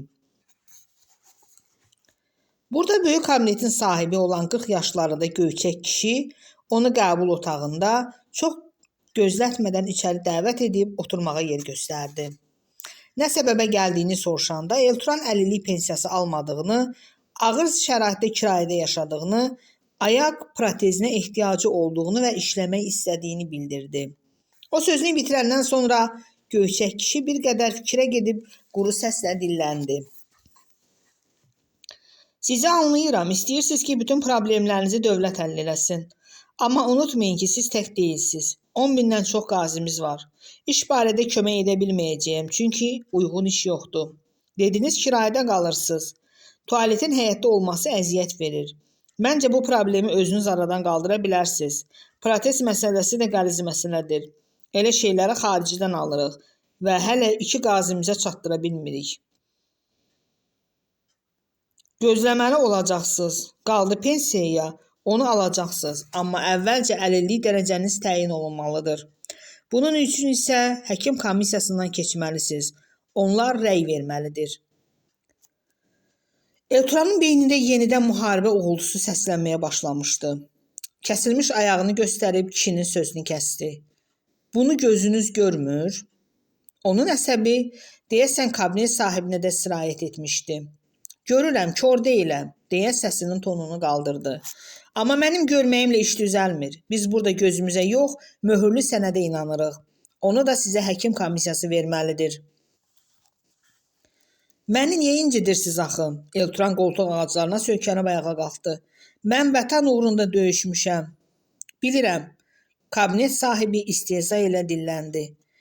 Müharibənin neçə aylardır qurtarmasına baxmayaraq, hərbi uniformanı da əynindən çıxarmamısınız. Medallarınızı da görürəm. Ancaq bunların bir əhəmiyyəti yoxdur. Biz qanunlarla işləyirik. Mən orada ayağımı qoymuşam, beyin travması almışam. Peşmansan? Kişi gözlərini qıyaraq gülümsədi. Nəyə? Vətənin üçün döyüşə getməyinə. Bu adamın göyçək sifəti Elturanı qıcıqlandırır, istehzalı baxışları isə əhvalını tamam pozurdu. Bir an duruxa gedib, sənin gözünün önündə anana sataşsan olsa, neyini yersən deyə soruşdu. Kabinet sahibi dərhal üzünü turşutdu. Tərbiyən olsun cavan oğlan, bu nə danışıqdır? Dedə, əlbəttə o adamla vuruşaram, ya o ölər, ya mən. Şikəst qalsan, vuruşmağına peşman olarsan? Yox, kişi bu dəfə daha acılı cavab verdi. Mən də ana saydığım vətənimin uğrunda əlil qalmışam. Niyə peşman olmalıyam? Bunu deyən Elturan qoltuq ağaclarına söykənərək qapıya doğru getdi. Başındakı zəhlətökən uğultu güclənirdi. Qapıya çatanda birdən dayanıb geri döndü və göyçək kişinin üzünə nifrətlə baxıb dilləndi. Yalan deyirsən. Anana sataşan olsa, qaçıb gizlənərsən. Çünki sən şərəfsiz it oğlusan. Çıx, rədd ol buradan. Kabinet sahibi ayağa qalxıb bağırdı. Tərbiyəsiz əclaf, başxarab köpək oğlu. Sanki mən buna yalvarmışdım ki, gəl müharibəyə get. Həyətə qədər pilləkənləri necə endiyini özü də bilməyən Elturan burada birdən-birə müvazinətini itirib yerə yıxıldı. Kimlərsə köməyinə yetişib onu ayıltmağa çalışdılar və ayrılandan sonra taksiyə mindirib yola saldılar. Yolda az əvvəl kabinetdən qovulduğu göyçək kişi kimi laqeyd, şərəfsiz məmurların qarasını asıb kəsirdi. Dünən bir Azərbaycanlı qazinin Ukraynada ermənilərin əli ilə şərlənərək həbs olunması barədə oxuyub hiddətlənmişdi. Ermənilərin o qazidən nəyin qisasını aldıqları məlum idi. Bəs bu göyçək kişi öz millətinin qazilərindən nəyin qisasını alırdı? Ailə üzvlərinin onun hara getdiyini bilməsələr də evə əlboş qayıtmağa utanırdı. İş tapmamışdı. Pensiya məsələsini həll edə bilməmişdi. Birdən ağlına gəldi ki, problemləri barədə ata-balaya müraciət eləsin. Hər nə qədər əclaf olsa da məhəllə qonşuları idi. Geniş səlahiyyətləri vardı. Məhəllənin yeganə qazisinin maddi problemlərini həll etmək onun üçün su içmək qədər asan olmalı idi. Həm də Elturanla Mahir müharibəyə gedəndə onları yola salmağa gəlmişdi. Hə, başqa çarəsi yox idi. Hər gün, hər saat Ülvinin, Nəzrinin, hətta anasının narazı baxışlarını görməkdənsə qürurundan biraz keçib Atabalaya ağız açmalı idi. Məhəlləyə girəndə nahar vaxtını keçirdi. Acından mədəsi göynəməyə başlamışdı. Buna baxmayaraq taksini villanın darvazası önündə saxlatdırdı. Sürücü onun maşından enməsinə yardım edib, gediş haqqını alaraq sürüb getdi. Qapıdakı mühafizəçilərdən birinə villa sahibi ilə görüşmək istədiyini bildirəndə Atabala müəllim həyətdə nahar edir, yanında qonaqları var deyə cavabını aldı. Elturanın içində nəyə görəsə bir ümid vardı ki, bugün evə xoş xəbərlə qayıdıb özünə iş tapdığını, tualet problemi və pensiya məsələsini həll etdiyini ailə üzvlərinə bildirəcək. Deyin qazi Elturan gəlib, qəbul edəcək. Mühafizəçi yaxındakı mikrofonla kiməsə məlumat verdi və sonra Elturana Atabala müəllim sizi gözləyir, buyurun gedək dedi. Darvazadan içəri daxil olub həyətin içinə doğru gedəndə villa sahibinin məşhur itinin düz yanından keçməli oldular. Elturan onun qoltuq ağaclarına təəccüblə baxıb susan, bu it barədə eşitsə də ilk dəfə görürdü.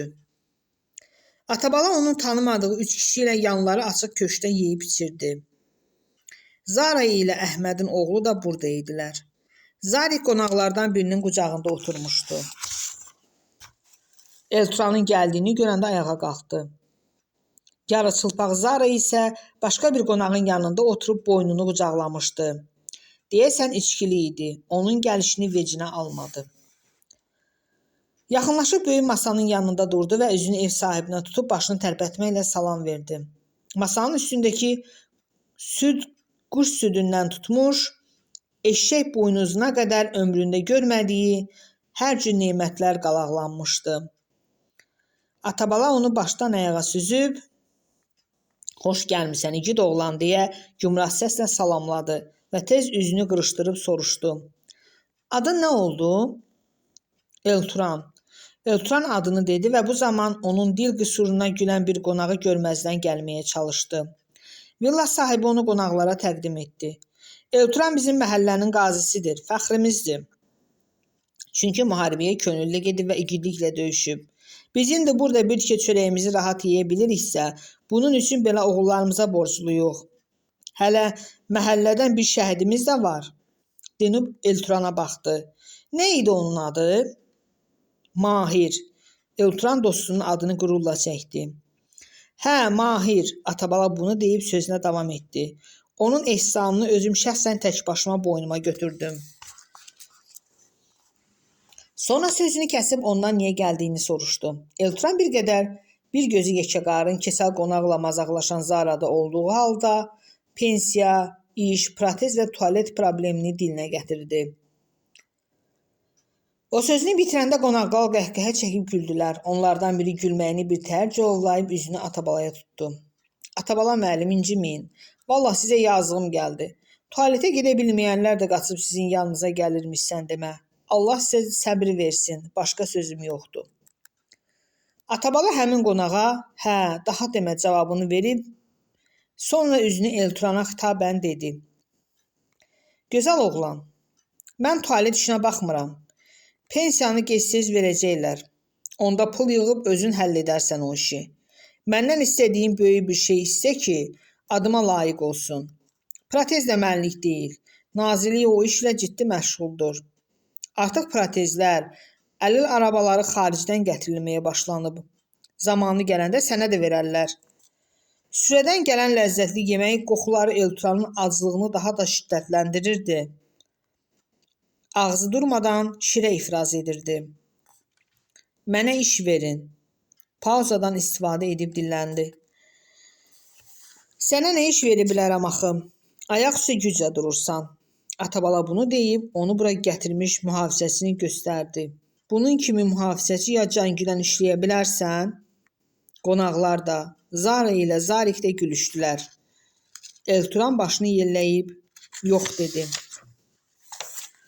Ay sağ ol, ağıllı oğlansan, özün hər şeyi anlayırsan. Mən sənə başqa nə iş verə bilərəm axı?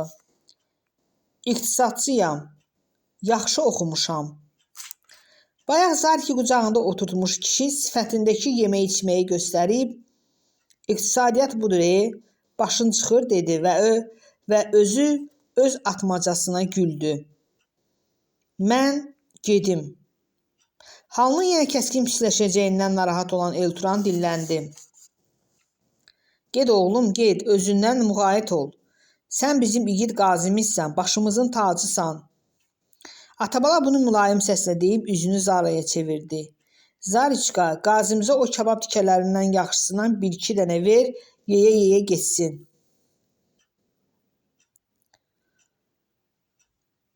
Zara dərhal masadan bir tikə qabırğa kababı götürüb ona yaxınlaşdı.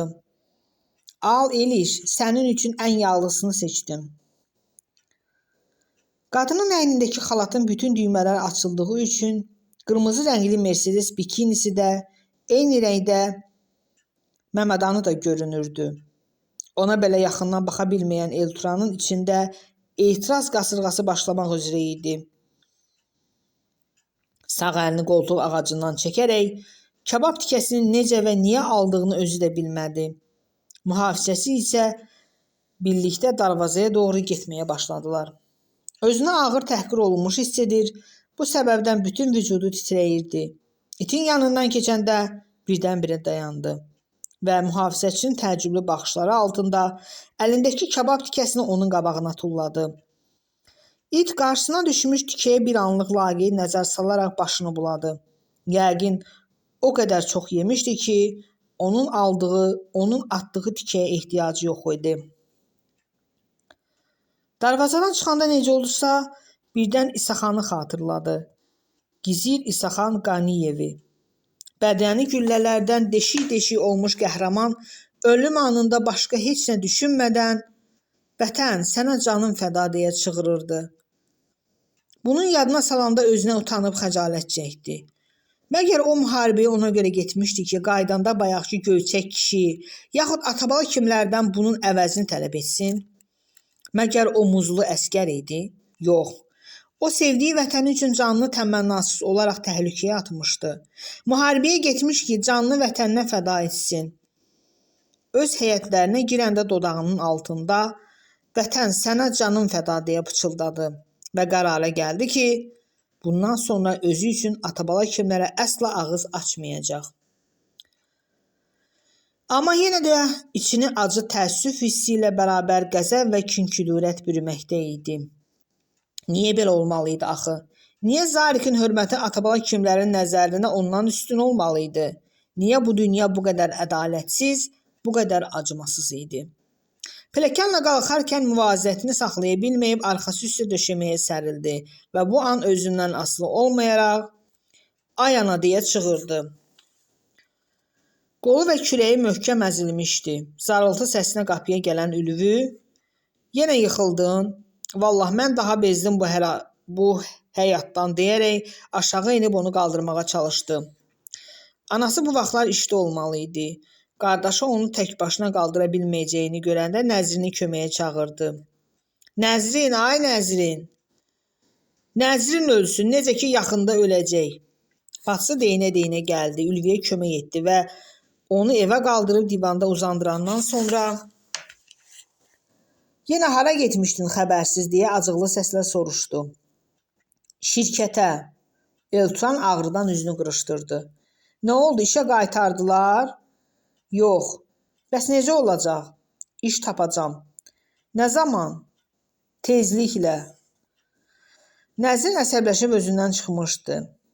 "Te eləmə. Belə getsə sən ancaq mən öləndən sonra iş tapacaqsan" deyib birdən ağlayaraq arxa otağa qaçdı. Elturan qulaqlarına inana bilmirdi. Bir vaxtlar ona "canım abim" deyərək boynuna sarılan, bir sözünü iki eləməyən bacısı onu istehza ilə yamsılayıb dil qüsuruna rişxənd etmişdi. Yenə halı döndü. Beynindəki uğultu isə onu lap dalı eləyirdi. Yerində dikəli divara söykənmiş qoltuq ağaclarını döşəməyə aşırdı və bütün gücü ilə üzünü, başını şillələməyə başladı. Onun halını belə görən Ülvi cəld arxa otağa keçib bacısına "Halı döndü yenə, Aysuna zəng vur tez gəlsin" dedi. Elturan Nəzrinə "al özün zəng vur" deməsini də az sonra Ülvünün məşğuldur, kiminləsə danışır deməsini də eşitdi. Özü də istəyirdi ki, nişanlısı gəlib onu sakitləşdirici iynə vursun. Yoxsa ağzına gələn deməklə qardaşı ilə aradakı bütün pərdəni götürə bilərdi. Beyni dəhşətlə uğuldayır, ürək əzəlləri gərilib partlamaq dərəcəsinə çatırdı. Aysun'a özü də zəng etməyə çalışdı, amma qızın telefonu hələ məşğul idi. Allah bilir kiminlə danışır deyə düşündü. Sonra nömrəni bir də yığdı. Telefon yenə məşğul idi. Ağlına qısqanc fikirlər gəlməyə başladı. Kim bilir, nişanlısı bəlkə də hansısa oğlanla danışır. Bütün əzaları yerində olan, yaraşıqlı, ağlı başında, dilində heç bir qüsur olmayan, sapsağlam bir oğlanla. Yəni Aysun onu kiməsə dəyişə bilərdimi? Niyə dəyişə bilməzdi? Lap yaxşı dəyişərdi. İnsan deyildi məyər? İnsan idi. İnsan isə çiğ süd əmib. Ondan hər şey gözləmək olar. Yadına bu yaxınlarda bir qız barədə eşitdikləri düşdü. Bu qız şəhid nişanlısının ölümündən 3 ay sonra başqasına nişanlanıbmış. Oğlan bilirmiş ki, istədiyi qızın nişanlısı ölüb, amma onun şəhid olduğunu bilmirmiş. Bundan xəbər tutan kimi nişanı pozub və qızın özünə deyib ki, sən şəhidin qədrini bilmədin, mənim qədrimi hardan biləcəksən? Hə, o sədaqətsiz qız öz şəhid nişanlısı belə tez unuda bilmişdisə, Aysun onu unudub başqasını sevə bilməzdimi? Hirsindən əlləri əsdiyi üçün Aysunun nömrəsini çətinliklə yığdı. Bu dəfə telefon məşğul deyildi. Nişanlısının şəfqətli səsi gəldi. Hə, Eliş, zəhirmar Eliş. Bu sözün ağzından necə çıxdığını həqiqətən özü də bilmədi.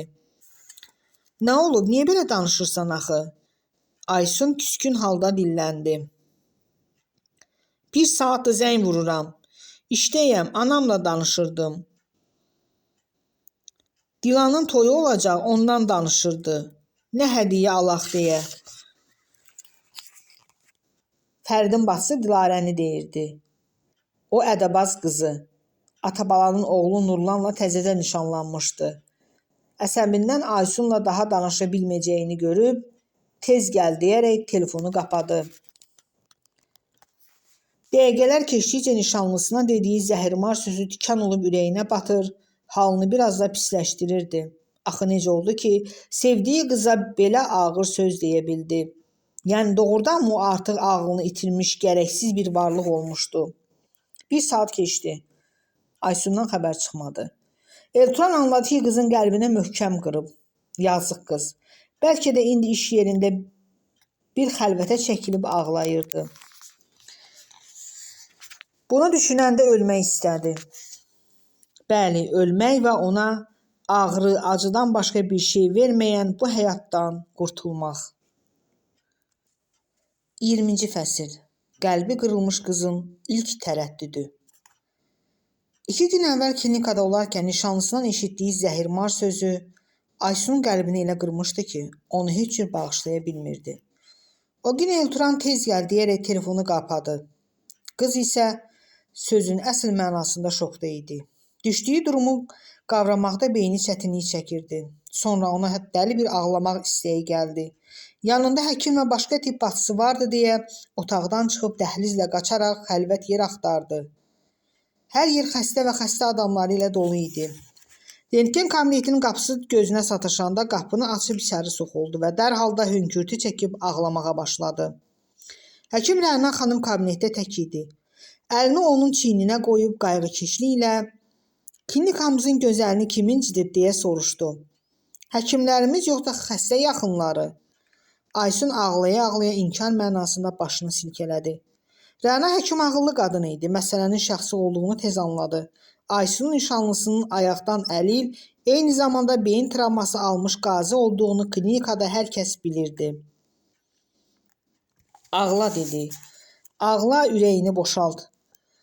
Nə etmək olar? Taleyin belə gətirib. Allah düşmənin bəlasını versin. Necə ki verdi. Aysun biraz toxtayandan sonra Rəna həkimə dedi ki, bir neçə gün işə gəlmək istəmir. Amma icazə almaq üçün baş həkimə yaxınlaşmağa da utanır. Qadın onu arxayın etdi. Sən get, bir neçə gün dincəl. Ramiz həkim heç nə deməz. Mən məsələni ona anladaram. İş yerindən çıxıb birbaşa evə gəldi. Yol boyu həm bəxtsiz taleyini lənətləyir, həm də qiyabi olaraq nişanlısını asıb kəsirdi. Bu adam öz vəziyyətini niyə anlamırdı görəsən? Qardaşı, bacısı, hətta anası ondan bezdikləri halda Aysunun ona sədaqətlə qayğı göstərdiyini görmürdümü? Hər nə qədər xəstə olsa da, onu bu qədər sevən, şəfqət göstərən qıza qarşı acı dilini saxlaya bilməzdimi? Yəni bundan sonraki həyatı belə mi keçəcəkdi? Yəni anası ona həyatın cəhənnəmə dönəcək deyəndə doğrumu deyirdi? Ancaq o nə edə bilərdi? Elturanı sevirdi. Onu ata bilməzdi axı. Ata bilməzdi, amma nə olardı? Nişanlısı da bunu başa düşəydi. Həyatda ona ən yaxın olan, onu hamıdan çox istəyən qızı səbəbsiz yerə incitməyə idi. Bir dəfəlik anlayaydı ki, ona qalan ən ağır günlərində yanında olan yenə Aysun olacaq. Evdə hirs hikkəsi bir qədər azalmışdı. Anası ilə Elturan barədə heç nə demədi. Bircə bunu dedi ki, özünü yaxşı hiss etmir, yorğundur. 2 gün işə getməyəcək. Amma acıdil nişanlısını tezliklə bağışlamayacaqdı. Birinci dəfə deyildi ki, bundan əvvəl də dəfələrlə xətrinə dəymişdi. Amma bu zəhirmar sözü hələ bu yaşına kimi nə atası, anası, nə Rəşad, nə də bir başqası ona belə söz deməmişdi. Özünə söz verdi ki, Elturan mesaj yazsa və ya zəng eləsə, ən azından bir neçə gün cavab verməyəcək. Qoy öz səhvini anlasın və bilsin ki, Aysun da insandır. Robot deyil ki, acı sözləri, təhqirləri bu qulağından alıb o biri qulağından çölə ötürsün. Elturandan elə o gün mesaj gəldi. Aysun, mən çox pisəm, xahiş edirəm, məni bağışla, qələt elədim, elə söz dedim. Oxudu, amma cavab vermədi. Biraz keçmiş o yenə yazdı. Allah öldürsün məni, normal adam deyiləm ki, başım xarabdır mənim. Əsəbləşəndə özümü idarə edə bilmirəm. İş axtarmağa getmişdim, heç kəs iş vermək istəmədi. Sonra da Nəzrin əsəbləşdirdi. Halım pis idi. Sənin gəlib sakitləşdirici iynə vurmağını istəyirdim. Telefonu gec açdın, qısqandım. O söz ağzımdan necə çıxdı, vallah bilmədim. Səni qısqanmağım da ancaq sevgimdəndir. Neyləyim, çox sevirəm səni. Səndən başqa kimin var ki? Nə olar, bağışla məni, söz verirəm. Bir də ağzımdan sənə qarşı güldən ağır söz çıxmayacaq. Mesaj səhvlərlə dolu idi. Hiss olunurdu ki, əlləri əsə-əsə yazıb. Cavab vermək istədi, amma nə yazacağını bilmirdi. Hətta qəlbimi çox qırdın cümləsini yazıb tez də pozdu. Hiss etdi ki, nişanlısı ilə söhbət edib nəyinsə müzakirəsini açmağa hazır deyil.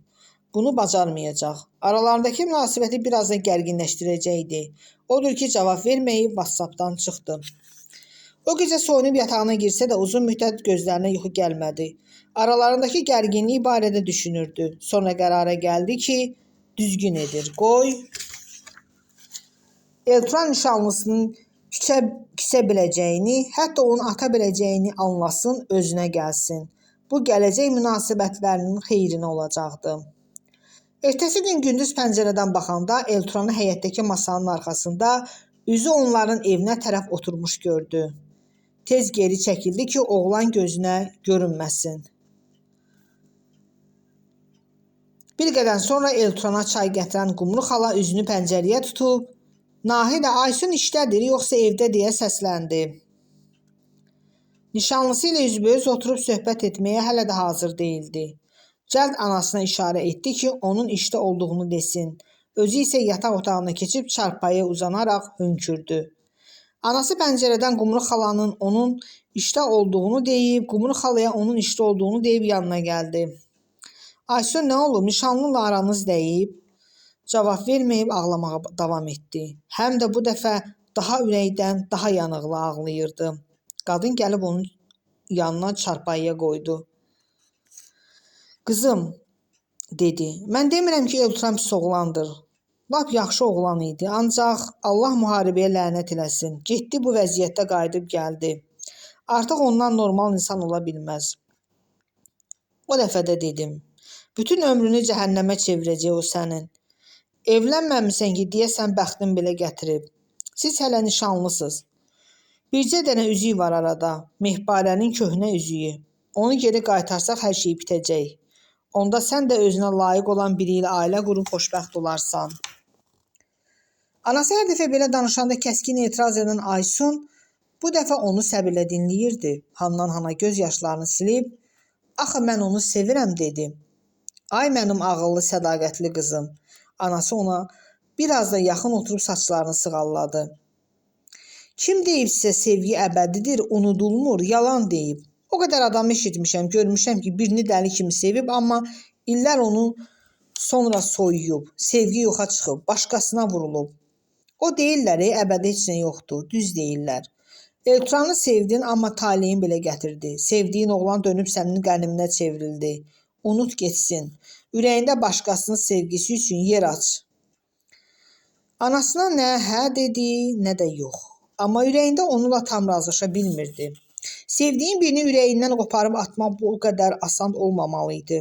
Bir saat sonra qalxıb pəncərədən baxanda Elturanın çıxıb getdiyini gördü və yenə də göz yaşlarına hakim ola bilmədi. Oğlan axşam mesaj yazdı. "Səni görmək üçün həyətinizə gəlmişdim, işdə idin. Ürəyim bircə dəqiqədə sakit ola bilmir. Hər an beynimdəsən. Nə olar, məni bağışlamağa çalış. Sənsiz yaşaya bilmərəm. Çox pisəm, sənə ehtiyacım var." Qorxurdu ki, nəsə yazar, yenə dalaşarlar, yenə də ağır söz eşidər. Həm də sevdiyi oğlanın ona belə yalvarması qadınlıq qürurunu oxşayaraq gücünü artırırdı. Lakin bir neçə dəqiqə gözləyəndən sonra dözməyib yazdı. "Sən mənimlə neçə dəfə kobud danışmısan. Halını nəzərə alıb görməzdən gəlmişəm. Amma bu dəfə ürəyimi yaman sındırdın. İstəsəm də barışa bilmirəm səninlə." Tələsi yazılmış səhvlərlə dolu cavab mesajı tez gəldi. "Axı səndən üzr istədim və dedim ki, bir də elə şey təkrar olmayacaq." "Üzr istədin, amma bütün bunların təkrar olunmayacağına inanmıram. Sən sevgimi qiymətləndirə bilmirsən, Elturan. Deməli, barışmaq fikrin yoxdur." Aysun nə yazacağını həqiqətən bilmirdi. Oğlan bir qədər gözlənəndən sonra düşündü ki, hələlik yox yazsın və bilsin ki, nişanlısı onu nə qədər sevir. Yox. Elturan nəsə yazırdı, amma yazdığı gəlib çıxmırdı. Yəqin ki, yenə əsəbləşmişdi. Fikrini düzgün çatdıra bilmədiyi üçün yazdığını pozurdu. Axırda səsli mesaj göndərdi. "Yaxşı, barışma. Sən də at məni. Mən heç kimə lazım deyiləm. Qoy hamı atsın məni. Daha heç kimi istəmirəm. Səni də." Nişanlısının əsəbi ona da keçdi və əli titrəyə-titrəyə yazdı. "Bax, görürsən Elturan, məni acılamaqdan xoşun gəlir sanki. Belə olan halda necə barışım səninlə?" Amma yazdığı mesaj yerinə çatmadı. Elturan telefonu söndürmüşdü. O biri gün işə getmək üçün geyinib küçəyə çıxanda Fəride avtomobilinin yanında dayanmış gördü. Oğlan onu sevinclə salamladı. "Salam Aysun, necəsən?" "Sağ ol Fariq, yaxşıyam. Sən necəsən?" "Səni gördüm, lap yaxşı oldum. İşə gedirsənsə gəl əyləş aparım. Elə yolumun üstündədir sizin klinika." Elturan günün həyat qapısına baxaraq bir anlıq tərəddüd etdi. Sonra Fərdin onun üçün hörmətlə açdığı qapıdan maşının salonuna daxil olaraq arxa oturacaqda əyləşdi. Yol boyu Dilarənin bir neçə gün sonra olacaq toyundan danışırdılar. Fərdin keyfi yaman kök idi. Atabalı ilə qohum olmağı onun üçün gözəl imkanlar açmışdı. Özünün deməyinə görə az vaxtda kişinin ən etibarlı adamlarından biri olacağına inanırdı. Arada Lətifə danışıb Aysunu güldürdü. Ümumiyyətlə, Fərid onun nəzərində pozitiv enerjili oğlan idi və ünsiyyətdə olduğu şəxsə bu enerjisindən ötürməyi bacarırdı. Axşamüstü işdən qaydanda küçədə onu gözləyən mehriban arvadla rastlaşdı. Özünü itirsə də hörmətlə salam verdi. "Aysun qızım," qadın salamını alıb həlim səslə dilləndi. "Elturanla aranızda nə olub ki, gəlib getmirsən?" "Heç," qız başını yellədi. "Yox, bilirəm axı nəsə olub. Neçə gündür özündə sözündə deyil. Yemək yedizdirə bilmirəm. Heç dərmanlarını da qəbul eləmək istəmir." Aysunun gözləri doldu. "Mihbarə xala, özün görürsən ki, ona bacardığım qədər qayğı göstərməyə çalışıram. Hətta onun üçün Psixiatr yanına getdim, məsləhət aldım. Hər sözümlə, hərəkətimlə sevgimi göstərirəm. Amma o qarşılığında mənə zəhrimar deyir. Eşitdim qızım, Nəzrin dedi mənə. Allaha and olsun. Bəzən elə məni də söyür. Dəliliyi tutanda özündə olmur ki. Ancaq belə qalmayacaq. Yəqin sağalanda hər şey yoluna düşəcək. Sən də çalış mənim kimi səbir göstərəsən. Ey, Mehbarə xala, sağlanmaq istəyir ki, sağalsın. Psixiatr seanslarına getməsi üçün neçə dəfə yalvarmışam. Xeyri olmayıb. Deyir, mən dəli deyiləm. Yenə də onu atma qızım, qadın ağlamsındı. Elturan sənsiz yaşaya bilməz. Sənə o qədər bağlıdır ki, məndən də çox istəyir səni. Əgər sən istəsən, onu sağalda bilərsən. Bunu səndən başqa heç kim bacarmaz. Aysun bir söz demədən sağollaşıb həyətə girdi. Bu anlarda nədən sonra gəlirdi ki, ömrünün sonuna kimi bir daha heç zaman üzü gülməyəcək. 3 gün sonra gözəllik salonunda saçlarını düzəldərək evə yeni gəlmiş Aysun, qırmızı toy donunu geyinib güzgüdə özünə baxdı. Bu donu tək bir dəfə rəfiqəsinin toyuna geyinmişdi və hər kəsin deməyinə görə ona çox yaraşırdı. Mehbarə arvadı küçədəki söhbətdən sonra nə Elturanı görmüş, nə də onunla telefonda yazışmışdı. Düşünürdü ki, nişanlısı o vəziyyətdə olduğu halda əslində ona toya getmək yaraşmaz. Amma bir tərəfdən də baxanda Elturanın halı keçici bir hal deyildi və əgər Aysun onun halını nəzərə alsa, gərək ömrü boyu heç bir toyda şənlikdə iştirak etməyəydi. Bu toya isə getməyə bilməzdi. Dilarə ilə bir həyətdə yaşayırdı. Sayıb dəvət etmişdilər. Pandemiya ilə əlaqədar şadlıq saraylarında toylara icazə verilmirdi. Ancaq Atabalaya nə icazə? Hansısa Bakı kəndlərindən dənizə yaxın yerləşən bir sarayı danışmışdı. Deyəsən toyda əsasən də elə Atabalanın yaxınları olacaq. Qız tərəfdən isə az adam iştirak edəcəkdi. Bu həyətdən təkcə Aysungilin ailəsi dəvət olunmuşdu. Saqqallı toy adamı deyildi. Ələkrəm kişi ilə arvadını isə Familə xalanın deməyinə görə ona görə dəvət etməmişdilər ki, şəhid oğullarının ili cəmi bir neçə ay idi çıxmışdı. Ancaq Aysunun fikrincə onların toya dəvət edilməmələrinin səbəbi heç də bu deyildi. Şəhvəlad ailəsi yəqin onların kasıblığını nəzərə almış, yoxsul geyimdə Atabala Ağaxanov kimi adamın məclisində görünmələrini istəməmişdilər. O biri həyətdən isə Şəhvələdgil yalnız Nəzrinə dəvətnamə vermişdilər. Əhməd Əlməzin ailəsi ilə Zara toya oğlan evi tərəfindən gedəcəkdilər. Aysundan başqa hər kəs küçədə idilər. Atabalanın villası tərəfdən musiqi səsi gəlirdi. Aysun dodaqlarına tələsik boya çəkib çantasını götürərək evdən çıxdı. Küçədə xeyli adam var idi. Markasının bilmədiyi ağ rəngli böyük bir avtomobil gəlin maşını kimi hazırlanmışdı. Villanın darvazasını şar və zərli iplərlə, güllərlə bəzədilmişdi. Səmaya fişənglər atılırdı. Nurlan və yaxınları həyətə girib bəyaz gəlinlik donunda olan Dilarəni küçəyə çıxardılar. Aysun özünü bir an gəlinin yerində təsəvvür etdi. Yanında da təbii ki, Nurlan deyil, Elturanı gördü. Qoltuq ağaclarına söykənərək çətinliklə yeriyan Elturanı, beynində yaratdığı bu səhnə heç xoş olmadı deyə özündən uzaqlaşdırıb nəsə başqa şey düşünməyə çalışdı. Toy karvanı yola düşmək vaxtı yetişəndə Fərid onu öz maşınına dəvət etdi. Aysun həyat qapılarının ağzında durmuş Nəzrinə yaxınlaşdı ki, onu da özü ilə Nissana oturtsun. Bu zaman gözü Elturangilin pəncərəsinə sataşdı. Nişanlısı oradan boylanaraq küçəyə baxmağa çalışırdı. Üzündə hətta uzaqdan belə aydın sezilən bir kədər vardı. Şadlıq sarayında masalarının üstü bir-birindən bahalı yemək içmək ilə qalaqlanmışdı. Əhməd tamada idi.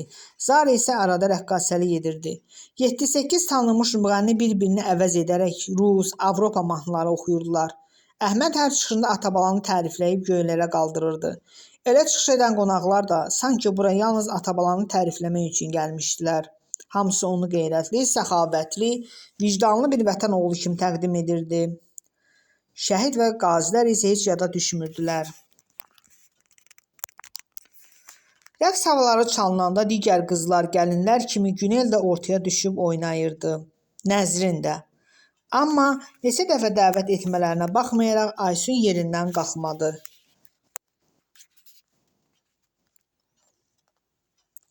Toyun sonuna yaxın zalın işıqlarını söndürüb, əvəzində al-əlvan zərif işıqlar yandırdılar. Lirik bir musiqi səslənməyə başlayanda Nurlan Dilarənin əlindən tutub rəqs meydançasına gətirdi. Birlikdə ahəstə rəqs etməyə başladılar. Bunu görən kişi qonaqlar öz həyat yoldaşlarını rəqsə dəvət etdilər. Nəzrin də Rəşadın dəvəti ilə ayağa qalxdı və bu zaman Fərid masa arxasında bacısı ilə tək qalmış Aysuna yaxınlaşdı. Əlini nəzakətli bir jestlə ona uzatdı. Məclisimizin ən gözəl xanımını rəqsə dəvət etsəm, etiraz etməz ki, deyə soruşdu. Aysun əvvəl Elturanı düşünüb tərəddüd göstərdi, amma tez də düşündü ki, burada pis heç nə yoxdur. Həyat qonşusu və qardaşının dostu onu rəqsə dəvət edir. Əlini Fəridə verib yerindən durdu. Birlikdə meydançaya getdilər. Oğlan belindən tutdu. O da əllərini onun çiyinlərinə qoydu və rəqs etməyə başladılar. Fəriddən gələn tünd parfüm qoxusu başını dumanlandırırdı. Mən bayaqki sözü kompliment xətrinə demədim. Fərid astadan dilləndi. Sən həqiqətən burada hər kəsdən gözəlsən və bu geyimin də sənə çox yaraşır. Belə tərifdən hansı qız xoşlanmaz ki? Qulağından pıçıldanılan sözlər Aysunun xoşuna gəlmişdi. Minnətdarlığını bildirdi. Çox sağ ol Farik. Biraz susub danışmadan rəqs etdilər. Sonra birdən Fərid ağzını yenə onun qulağına yaxınlaşdıraraq mən səni yenə əvvəlki kimi sevirəm Aysun. İnan ki, heç nə dəyişməyib, dedi. Farik, Aysun narazı ahənglə səslənib üzünü turşutdu. Can, Farik sənə qurban olsun. Aysunun yadına Elturanın telefonda qəzəblə dediyi söz düşdü. Fərid ona can deyirdi. Öz nişanlısı isə Zəhirmar.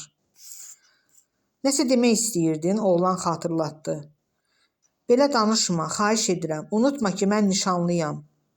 Nişanlısan da, nikahlı deyilsən ki. Kiminlə nişanlıyamsa, deməli onunla da evlənəcəm. Mən Elturanı sevirəm. Sən ağıllı qızsan, Fərid dedi. Özün fikirləş. Onunla evlənsən ömrünü çürdəcəksən. Mən isə sənə bir ömür boyu xoşbəxtlik vəd edirəm. Aysun özünü narahat hiss etməyə başlamışdı. Nəzrin onun Fəridlə rəqs etdiyini görürdü. Elturana xəbər verə bilərdi. Mən yerimə keçmək istəyirəm, dedi. Niyə? Yorulmuşam, yerimə keçim oturum. Elə bu vaxt rəqs musiqisi bitdi və Aysun Fəriddən ayrılıb, hər kəs kimi öz masalarına doğru getdi. Fəridlə rəqs zamanı etdikləri qısa söhbətdən sonra birdən-birə Elturana yazığı gəldiyini hiss etdi. Və bir də bunu hiss etdi ki, yazığı gəlməklə bərabər nişanlısı gözündən düşür. O biri gün işdən evə qayıdandan sonra qərara gəldi ki, naz elədiyi bəsdir. Xəstə nişanlısına qarşı haqsızlıq edir və özü ona mesaj yazdı. Salam Eliş, necəsən? Gözləyirdi ki, bu dəfə Elturan forslanıb cavab verməyəcək və ya toyda Fəridlə rəqs etdiyini bacısından eşidibsə onunla kobud danışacaq. Amma nişanlısı dərhal cavab yazdı. Salam həyatım, mesajını görüb sevindim, yaxşı oldum, sən necəsən? Pis deyiləm, dedim halını soruşum. Görək necəsən? Çox sağ ol yazdığın üçün. Dəyməz. Aysun, səninlə kobud danışdığım üçün bir daha üzr istəyirəm. Söz verirəm, sağalmaq üçün əlimdən gələn hər şeyi edəcəm. Sənə layiq olmağa çalışacağam. Sənsiz mənim üçün çox çətindir. Mən də darıxmışam. Onda deməli barışdıq, Elturan yazdı. Aysun küsülüyə son vermək qərarına gəlmişdi. Hə, barışdıq. Bizə niyə gəlmirsən? İndi gəlim? Hə, gəl. Qalxıb jaketini geyinərək Elturan ilə getdi. Ailə üzvləri hamısı evdə idilər. Elturan son günlər ərzində arıqlamışdı. Üzü də tüklü idi. Ailə Aysunu sevinclə qarşıladı. Yalnız Nəzrin ona bir qədər şübhəli nəzərlərlə baxırdı. Hər kəslə görüşəndən sonra divanda oturmuş Elturana əl uzatdı. Oğlan onun əlini sıxaraq üzündən öpmək üçün özünə tərəf çəkdi. Aysun etiraz etməyib yanağını nişanlısının dodaqlarına yaxınlaşdırdı. Bir öpüş verib çəkildi və bu zaman ona elə gəldi ki, Elturandan pis qoxu gəlir. Gəl, burada yanımda otur. Oğlan əli ilə divanı göstərdi. Sənin üçün çox darıxmışam. Həvəssiz də olsa oturdu. Eltran qolunu onun boynuna doladı. Bəli, ondan xoşagəlməz tər qoxusu gəlirdi. Yəqin ki, vaxtında və düzgün yuyuna bilmirdi. Hələ neçə həftə əvvəl Nəzrin Aysun'a qardaşının hamamda yuyunmasından da tualet qədər problem olduğunu demişdi.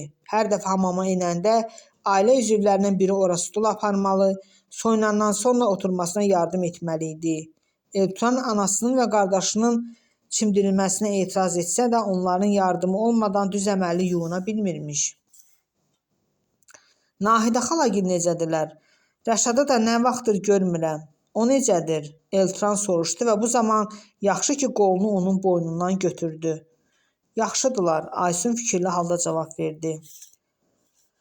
Mihbarə arvad əlləri qoynunda dayanıb onları süzürdü. Həmişəkindən fərqli olaraq bu dəfə gözlərində kədər vardı və Aysun bunun səbəbini özünə izah edə bilmədi. Aysunun bir qırmızı donu var, toya giyinmişdi. Birdən Nəzrin dilləndi. Çox xoşuma gəldi o dondan. Toydakıların hamısının gözü Aysunda idi. Dona görə baxmayıblar. Mihbarə arvad tez dilləndi. Maşallah, mənim gəlinim özü gözəldir. Eltranın gözləri bir anlıq yol çəkdi. Gizlincə köks ötürdü və sonra birdən gülümsəyərək Aysuna baxdı. O donda şəklini atarsan, baxaram. Yaxşı, Aysun qısa cavab verdi. Özünü yaxşı hiss etmir. Buna görə də buradan tez çıxıb getmək istəyirdi. İşdən vəziyyət necədir? Yaxşıdır, Aysun dedi və bir anlıq susub tez də əlavə etdi. Mən gedim, elə səni görməyə gəlmişdim, evdə işim var. Eltran onun üzünə təəssüflə baxsa da bir söz demədi, əvəzində isə anası dilləndi. Bu qədər gəlmisən, biraz da oturaydın. Bizimlə yemək yeyəydin. Yox, çox sağ ol Mihbarə xala, işdən gələn kimi yemək yedim. Sonra gələrəm. Eltrana əlini yelləyib zorla gülümsədi və tələsik otağı tərk etdi. Zara həyətdəki su kranında stəkan əlbəki yuyurdu. Onu görüb ucadan səsləndi. Necəsən Aysun? Dünən toyda fikir verdim. Rəqs edən cütlüklərin arasında ən möhtəşəmi səninlə Farik idiniz. Afərin sizə. Aysun ona cavab verəcək halda deyildi. Qaçaraq həyətdən çıxıb özünü evlərinə çatdırdı. Anası gilin təəccüblü baxışları altında yataq otağına keçərək üzü qoyulu yatağına uzandı. Yox, bu dəfə ağlamırdı. Qəlbində öz taleyinə qarşı, hətta Allahın özünə qarşı üsyan baş qaldırmışdı. Anası arxasınca otağa girəndə çevrilib ona baxdı. Axı niyə belə oldu ay ana? Deyə soruşdu. Nə deyirsən qızım? Anası ehtiyatla dilləndi. Axı biz onunla xoşbəxt idik. Aysun az qala boğula-boğula danışırdı. Niyə müharibə oldu? Niyə Eltran könüllü müharibəyə getdi? Getmişdisə də niyə sağ-salamat qayıtmadı? Sağ qayıtmaq alın yazısında yox idisə niyə şəhid olmadı? Mənim Allaha nə pisliyim keçib ki, taleyimi belə tərsinə döndərdi. Anası bu dəfə nədənsə susurdu. Kim bilir, bəlkə də qızının gözlərində gördüyü fəryaddan sarsılmışdı.